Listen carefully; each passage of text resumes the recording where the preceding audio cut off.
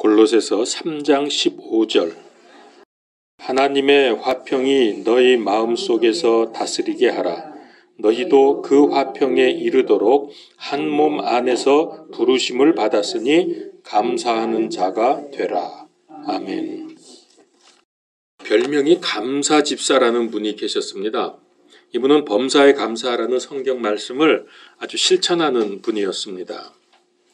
예배 때마다 감사합니다를 많이 하는데 이 목소리가 얼마나 큰지 설교하시는 목사님이 가끔 당황합니다. 너무 목소리가 커서. 어느 날 주일 예배에 그 도시의 고관들이 예배에 참여하게 되었습니다. 그러니까 목사님이 감사 집사님의 너무나 큰 소리가 염려가 되어서 집사님, 오늘은 당회실에서 이 책을 읽고 계십시오 하면서 책을 한 권 주었습니다. 그 책이 뭐냐면은 세계 지도책입니다. 목사님 생각에는 설마 지도를 보면서 감사가 나오겠냐 이런 생각을 하고 그걸 주고 예배가 시작이 되었습니다. 근데 한참 진행되고 있는데 갑자기 옆방에서 감사합니다는 소리가 얼마나 크게 들리는지 예배 분위기가 잠깐 멈칫했다가 다시 진행이 되었습니다. 목사님이 예배 끝난 다음에 물었습니다. 집사님, 지도책을 보고 뭐가 그렇게 감사합니까? 그랬더니 이분이 감사하다마다요. 그 지도를 보니까 필리핀 앞바다가 세계에서 제일 깊은 바다인데 거기가 수심이 1만 미터랍니다. 성경에 보면은 우리의 죄를 하나님께서 바다 깊은 곳에 던져버린다고 시편에 보면 나오죠. 그런 말씀이 있는데 이렇게 깊은 데다가 우리의 죄를 집어 던지니 어떻게 그 죄가 다시 올라오겠습니까? 어찌 감사한지 모르겠습니다. 우리나라에 요즘에 그런 거 있나요? 미스 코리아, 미스터 코리아, 미스 유니버스 선발대회 이런 거. 또 제주도에는 밀감 아가씨도 뽑고요. 경상도에서는 능금 아가씨도 뽑고 그런다는데 우리 교회에서 감사를 가장 잘하는 성도를 뽑자 그러면 누가 될까요? 다들 자기라고 지금 생각하는 듯 합니다. 좋습니다. 그렇게 내가 제일 잘한다고 생각이 되시는 분은 이따가 예배 끝나고 김밥 드신 후에 맛있는 후식을 많이 드시기 바랍니다.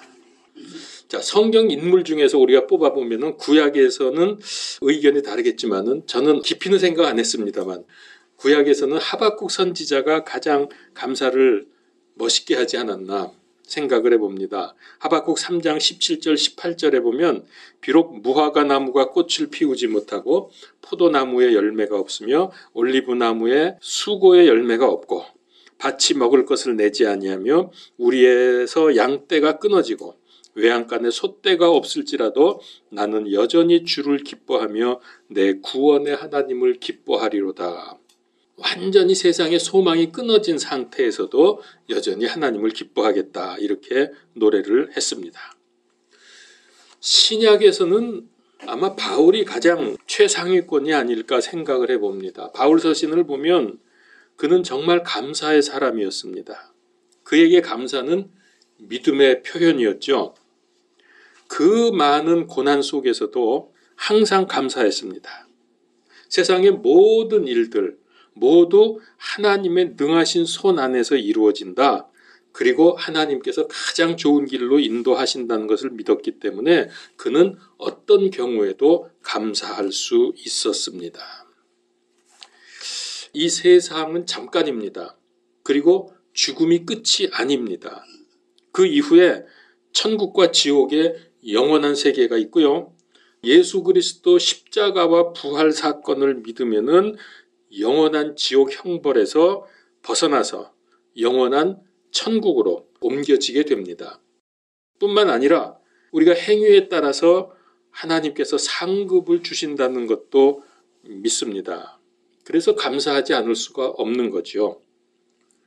바울은 그 많은 매를 맞으면서 또 감옥에 갇히면서 물에 빠져서 죽을 뻔한 게 3번이나 있었다 그랬고 그런 죽을 고비를 수없이 넘기면서도 그는 감사했습니다.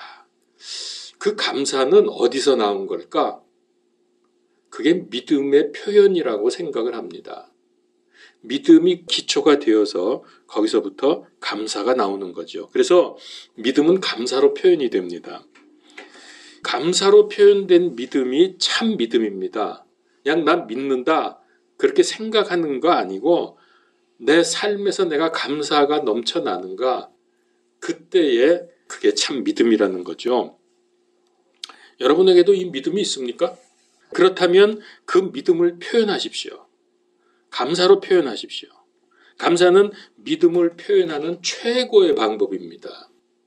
믿음이 얼마나 중요한가를 보십시오. 믿음으로 구원받고 믿음의 행위로 상급받고, 믿는다는데 어떻게 믿느냐? 맡기는 겁니다. 맡김이 곧 믿음입니다. 그리고 믿음의 표현은 감사입니다. 믿음은 감사로 표현됩니다. 삶의 현장 구석구석에서 일어나는 일들 다 하나님 안에서 되어집니다. 내 생각에는 실패인 것 같고 사람이 볼 때는 망한 것 같지만 하나님 보실 때는 그게 승리일 수 있고 하나님께는 그게 영광을 받는 일일 수 있다는 거죠. 이걸 믿으시기 바랍니다. 그리고 그런 상황에서도 감사로 믿음을 표현하십시오. 이게 하나님이 기뻐하시는 겁니다. 그래서 항상 기뻐하라 그랬죠. 감사가 곧 믿음입니다. 믿음과 감사는 비례합니다. 큰 믿음은 크게 감사합니다. 작은 믿음은 작게 감사합니다. 믿음이 없으면 불평합니다. 감사도 없습니다. 불평과 원망은 믿음이 없다는 증거입니다. 이스라엘 사람들이 출애굽해가지고 가나안 땅에 갈 때까지 광야 생활을 하면서 몇 명이 죽었죠? 가나안에 못 들어가고 1세대는 다 죽었죠. 뭐. 여호수아 갈렙만 빼놓고는. 왜 가나안에 들어가지 못했습니까? 그들이 원망하고 불평해서 광야에서 죽었습니까? 아닙니다. 믿음이 없어서 죽은 거예요. 그들의 불신앙과 불평과 원망이 믿지 않는 증거였습니다. 그래서 이 믿음이 없었기 때문에 그들은 광야에서 가나안으로 들어갈 수가 없었어요. 우리가 믿음 없이 천국으로 들어갈 수 없는 것과 마찬가지입니다. 범사에 감사하라는 말씀대로 여러분 살기를 원하신다면 믿음을 키우십시오. 그러면 감사가 커져요. 감사가 넘칠 것입니다. 감사는 우리를 향하신 하나님의 뜻이라고 했습니다. 항상 기뻐하라, 쉬지 말고 기도하라, 범사에 감사하라. 이것이 그리스도 예수 안에서 너희를 향하신 하나님의 뜻이니라. 분명히 말씀하셨죠. 그러니 얼마나 감사가 중요합니까? 자, 그러면 오늘은 이제 감사하는 사람에게 일어나는 일들이 무엇인지 세 가지를 말씀을 드리겠습니다. 감사하는 사람에게는 어떤 일이 일어나는가? 첫 번째는 감사는 삶을 행복하게 만들어줍니다. 행복과 불행은 결코 환경이나 외적인 데 있지 않습니다. 감사가 많으면 당연히 행복해지고요. 감사가 없으면 불행해집니다. 감사는 삶의 의미를 줍니다. 여러분 가끔 그런 얘기 하죠? 도대체 삶의 의미가 없다. 왜 사는지 모르겠다. 감사가 없으면 그렇게 돼요. 감사해 보세요. 얼마나 삶의 의미가 많아지는지. 우리가 잘 아는 파스칼이라는 철학자가 이렇게 말했습니다. 훌륭한 신앙인이었죠. 하나님이 없는 사람은 불행한 사람, 하나님을 찾고 있는 사람은 괴로운 사람, 하나님을 만난 사람은 행복한 사람이라고 했습니다. 그런데 그 이유는 하나님을 만난 사람에게는 감사가 있기 때문이다 그랬거든요. 감사가 이렇게 중요해요. 지도를 보면서도 감사했던 그 감사 집사님처럼 당연한 것 같지만은 생각해 보면은 얼마나 감사할 게 많습니까? 불평하는 눈으로 세상을 보면은 불평할 일들이 수두룩합니다. 그러나 감사하는 눈으로 보면은 주변의 모든 것이 감사할 것들입니다. 수도꼭지만 틀면 집안에서 맑은 물이 나오잖아요. 물기르러 안 나가도 되잖아요. 햇빛이 들어오고 밖을 볼 수 있는 창이 있잖아요. 스위치만 올리면 온 집안이 더워지고 마이크로오븐, 세탁기, TV, 냉장고, 또 전기, 가스, 컴퓨터 몇십 년 전만 해도요. 구경도 못할 것들 지금은 얼마나 이게 흔합니까? 근데 감사가 안 나와요. 요즘에는 적게 먹으려고 애쓰죠. 너무나 풍요롭기 때문에. 이거 얼마나 감사해요. 사실 저 어렸을 때 아버님이 나갔다 들어오면서 과자 이렇게 한 봉다리 사오면 그게 좋아가지고 너무 좋아서 막 형하고 싸우면서 먹었던 기억이 납니다. 빵 하나 들고 아버지가 들어오시면요. 저하고 저희 작은 형, 또 큰 형님은 워낙 차이가 많아서 별로 그 기억이 없는데 작은 형님하고 저하고는 많이 싸웠어요. 빵을 나눠 먹는데 요걸 내가 나누면 형이 먼저 고르고 형이 나누면 내가 골라요. 그러니까 이제 내가 고를 테니까 나누라고. 그러면 또 형은 그걸 아주 똑같이 나누라고. 조금이라도 차이가 나면 작은 거 먹어야 되니까. 그렇게 하면서 우리 싸우면서 자랐거든요. 지금은 안 먹으려고 애쓰죠. 너무나 많이 먹을 게 있는데도 저거 안 먹어야지 그러면서. 아직까지는 맘대로 교회 나올 수 있잖아요. 교회 나오는데 여러분 검문 받습니까? 누가 교회 간다고 수갑 채워 끌고 갑니까?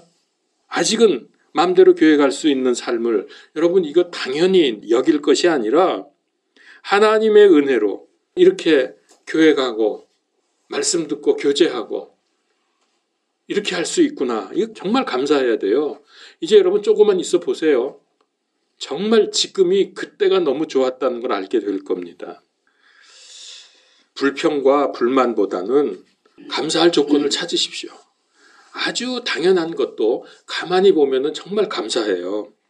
요즘의 정치적인 상황이나 이 코로나 팬데믹 이것도 실은 감사해야 돼요. 왜냐하면은 이거 하나님이 허락하신 건데 교회를 사랑하시는 하나님의 긴급 조치입니다. 교회가 바로 서야 되니까 하나님이 교회를 사랑하셔서 니네들 이렇게 신앙생활하면 안 돼.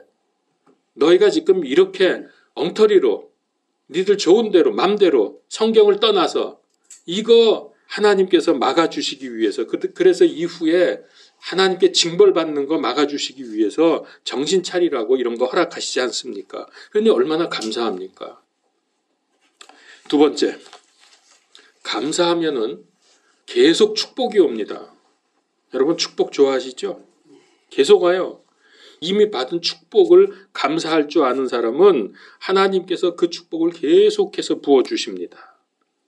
반대로 감사를 잊었다면은 믿음도 은혜도 잊은 것입니다. 자, 이게 정말 그런가를 보세요. 감사하면 어떤 일이 벌어지느냐? 예수님께서 사마리아에 가셨을 때에 10 문둥이를 고쳐주신 일이 있었습니다. 문둥이 10명. 그런데 그 중에 유대인 9명은 그냥 병만 고침을 받고 집으로 가버렸어요.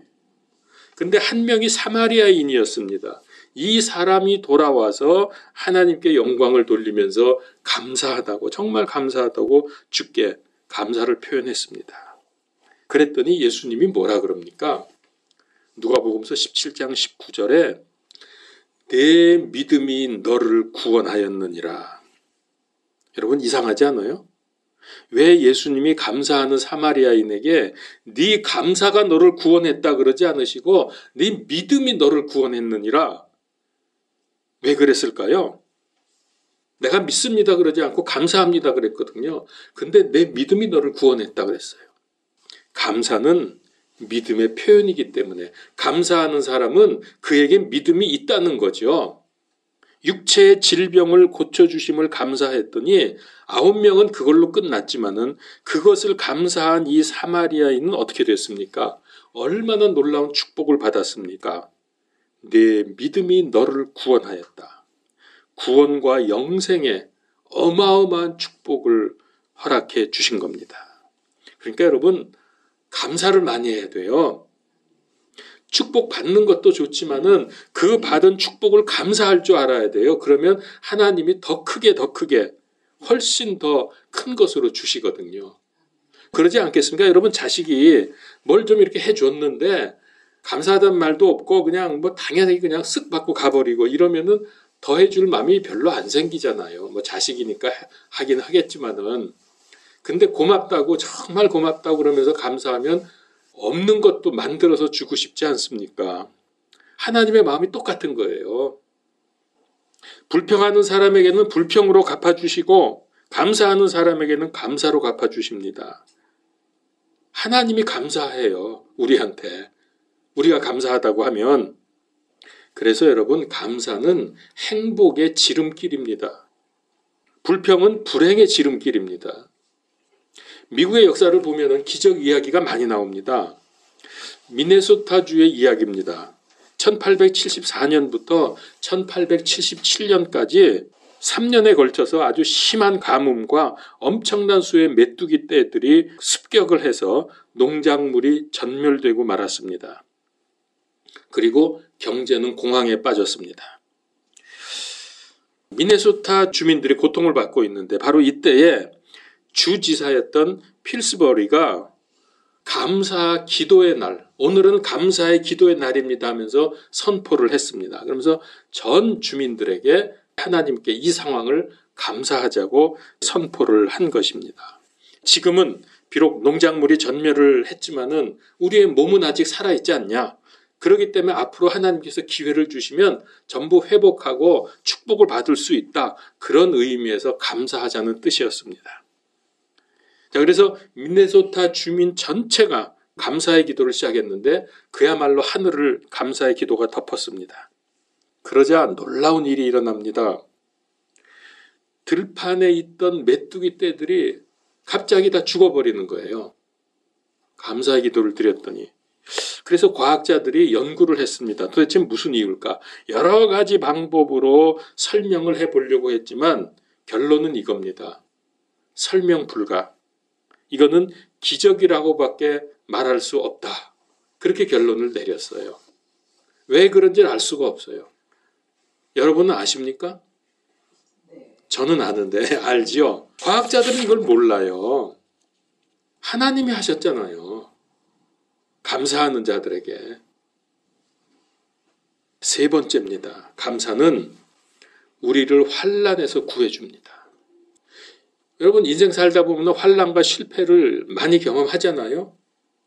이때 감사하는 사람에게는 반드시 전화위복이 되게 하시고 합력하여 선을 이루시는 큰 은혜를 베풀어 주십니다.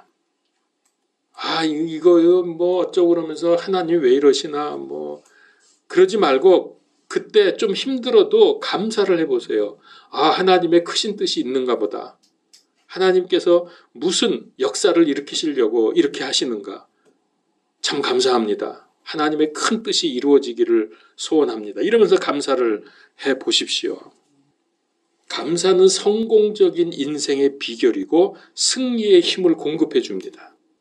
어떤 환경에서도 감사할 수 있는 사람은 반드시 환난이 변해서 축복이 되게 하시고 한숨이 변해서 찬송이 되게 바꾸어 주십니다.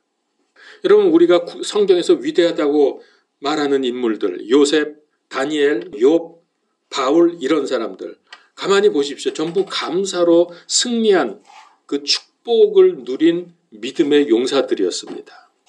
감사하세요. 그러면 우리도 그런 축복, 그런 역사가 우리에게도 일어납니다. 그래서 오늘은 좀 얘기를 좀 몇 가지 좀 더 해야 되겠습니다. 또 예가 상당히 중요하니까. 대개 여러분 설교 끝나고 나면 예화만 남는다면서요. 늘 감사하면서 사는 어느 독실한 크리스찬이 있었습니다. 그는 일상생활에서 아무리 작은 일이라도 감사를 찾아내서 기쁘게 하나님께 영광을 돌리며 살았습니다. 자, 그러던 어느 날 그의 31살 된 아들이 교통사고로 죽었습니다. 주변 사람들이 이제는 그가 감사할 조건이 없어졌구나 라고 생각을 하면서 장례식장에 참석을 해서 그의 표정을 살피고 있었습니다. 그가 어떻게 할까?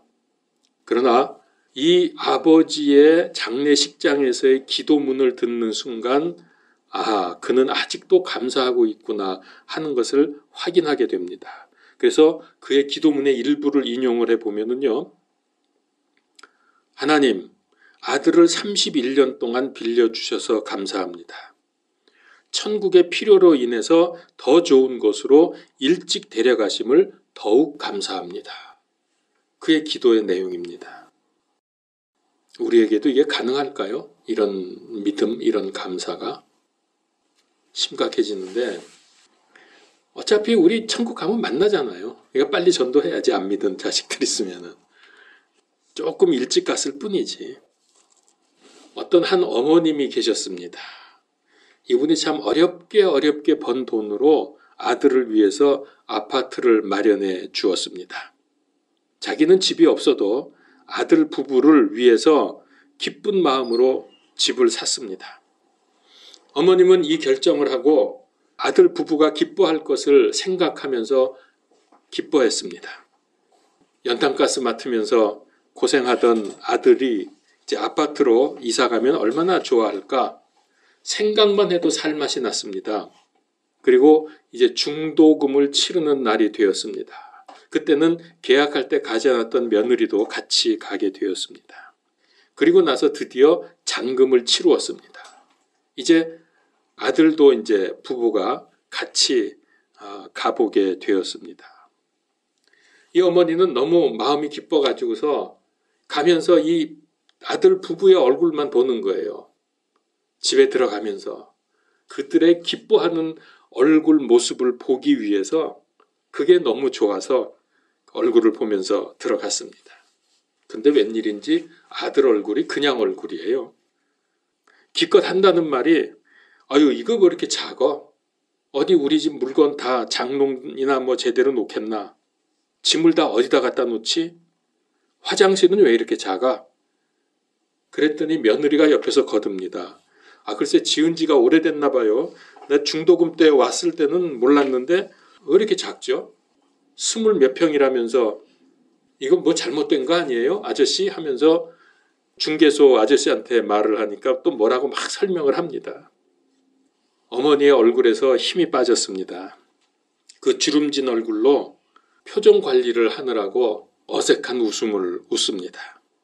어둠이 짙어져가는 아파트를 나오면서 어머니가 하늘을 향해서 이렇게 말합니다. 하나님의 마음을 조금은 알 것 같다. 아들 부부가 그 말을 들었는지는 모르겠습니다만은 그들은 불평하느라고 지금 여념이 없었으니까 못 들었을 수도 있죠. 저도 이 이야기를 통해서 하나님의 마음과 어머님의 마음을 조금은 알 것 같습니다. 아들이 어째 그럴 수가 있냐고 우리가 분노할 수도 있겠지만은 그러나 여러분 그 아들이 나일 수도 있고 우리일 수도 있습니다. 하나님 앞에서 말입니다. 하나님은 우리의 아버지십니다. 아버지는 우리를 너무나 사랑하셔서 우리를 위해서 모든 것을 아낌없이 다 주셨습니다. 하늘, 땅, 공기, 물, 음식, 사계절, 가족들, 친구들, 우리의 생명까지 다 그분이 주신 것입니다. 그뿐이 아닙니다. 지옥에 가야 될 우리들을 구원하시기 위해서 당신의 독생자를 우리 대신 십자가에 매달아 죽였습니다. 저주의 죽음을 당하게 했습니다. 우리를 위해서입니다. 우리가 받아야 될 저주를 대신 하신 것입니다. 우리를 지옥에서 건지시기 위함입니다. 너무나 사랑하기 때문에 이 모든 것을 값없이 우리에게 해 주셨습니다. 하나님은 구원의 선물을 준비하신 후에 우리들이 얼마나 기뻐하실까 생각을 했습니다. 뜨거운 불, 영원히 타오르는 지옥에서 건져서 천국을 가게 해 주었으니 얼마나 좋아할까. 하나님은 마음이 설레셨습니다. 그런데 막상 구원의 선물을 받은 우리는 그저 그렇습니다. 무덤덤합니다. 감격도 감사도 없습니다. 어머니의 희생과 마음을 헤아리지 못하는 아들 부부처럼 이게 적다 저게 없다 왜 나에겐 이런 일이 생기냐 불평을 해댑니다. 하나님 마음이 어떠실까요? 요즘 저는 매주 한 번씩 10서너 명의 목사님들하고 만나서 하루를 지냅니다. 근데 하나같이 하는 말이 화가 나서 텔레비 못 보겠고 유튜브 못 보겠다는 거예요. 화가 나서. 그러나 이런 세상에서도 다시 생각해 보면 감사할 것이 넘칩니다. 아까도 제가 그런 거 말씀드렸잖아요. 저도 참 감사를 많이 잊어버리고 있었구나. 회개했습니다. 그리고 모든 것을 감사해야 되겠다. 말씀을 준비하면서 마음을 다졌습니다. 그래, 감사를 잃고 사니 이게 무슨 신앙인이고 이게 무슨 목사냐, 그런 생각을 했어요. 불평 불만 속에 있다가. 자, 이제 말씀을 정리해 봅니다.